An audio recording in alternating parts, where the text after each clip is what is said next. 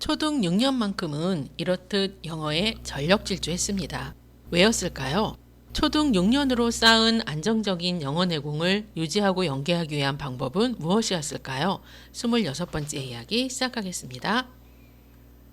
옳다고 믿었던 길이었기에 한눈팔 마음도 여유도 없이 초등 6년 동안 가장 중요시하고 집중했던 것이 영어였습니다.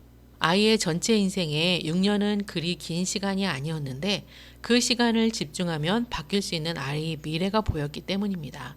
적절한 시기에 대해 고민하며 찾아본 여러 자료들은 영어 습득을 위한 최적기가 초등 6년이라는 확신도 가질 수 있게 해주었지요. 그러했으니 어정쩡하게 흘려보낼 수 없는 초등 6년이었고 전력 질주를 선택했던 겁니다.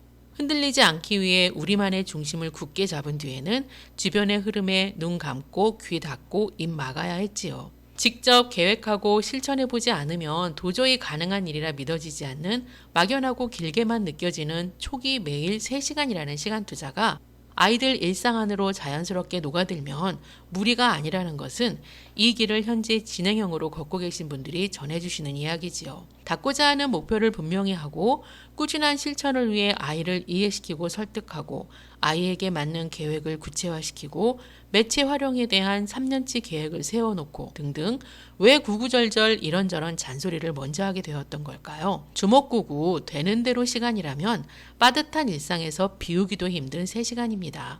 준비 없는 어설픈 시작이라면 3시간을 비웠다 해도 제대로 차근차근 필요한 것들을 채우기 힘든 시간일 겁니다. 8년 중 절반의 시간을 매일 3시간씩 꽉 채운 실천이었다 하니 초등 6년 내내 영어만 했던 걸까? 많이들 궁금해 하시더군요.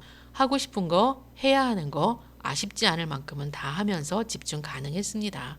아이는 특별하게 하고 싶다 고집 부리는 것이 많지 않았고 엄마는 잠재력을 끄집어내보겠다고 이것저것 시도해보는 욕심이 없었지요.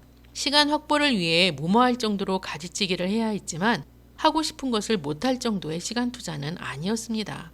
학년이 올라가면서는 사교육을 위해 투자해야 하는 시간만큼도 아니었지요. 일상이 되어버린 안정된 진행은 길지 않은 시간 추가적인 학습이 들어가도 여유가 느껴졌습니다. 그 당시 남들 다 하는 것을 못하고 지나왔다고 후회되는 무엇이 남은 것도 없더군요. 그 당시 남들 하는 것들 따라하느라 영어에 집중하지 못했다면 어땠을까요? 종종 해보는 생각입니다.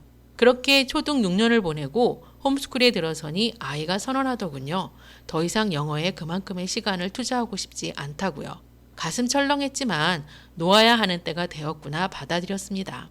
앞서 이야기했지만 흥미나 집중력이 크게 저하되었던 흘려듣기는 이미 귀가 활짝 열려있는 상태였기에 관심 있는 다큐멘터리를 보고 싶을 때 언어로 찾아보는 정도였고 홈스쿨 2년 동안의 원서 읽기는 곁에 두고 읽을 수 있을 때 읽는 책이 원서였는데 상황에 따라 오디오와 함께하는 집중 듣기를 하던 혼자서 조용히 묵독을 하던 짬짬이 정도로 최소한의 유지였네요. 홈스쿨 2년간의 영어 관련 활동을 요약하자면 7년차 영자신문 디베이트와 8년차 영어 원서의 끝판왕 고전 읽기였습니다.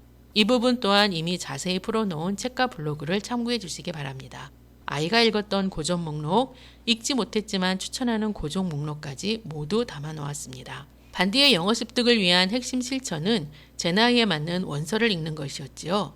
그런 계획의 끝이었으며 원서 읽기의 궁극적 목표가 되었던 것은 고전 문학 원문으로 만나기였습니다. 축약되거나 다시 쓰인 버전이 아니라 출판 당시의 원문 그대로의 고전을 목표로 잡은 건 어쩌면 욕심일 수 있었지요. 하지만 그런 고전을 원서로 자연스럽게 읽는 단계에 이르면 텍스트를 이해하는 독해력에 있어서 궁극의 완성이 가능하지 않을까 기대가 되었기에 어렵더라도 닫고 싶은 끝이었습니다. 오리지널 고전 읽기가 자유롭다면 그 어떤 텍스트도 문제없다. 독해력에 있어 진정한 영어 해방이다. 믿었으니까요. 책으로 시작해서 책으로 끝나는 엄마표 영어의 끝에서 그 믿음은 확인되었지요. 이상 누리보듬의 엄마표 영어 26번째 이야기였습니다. 감사합니다.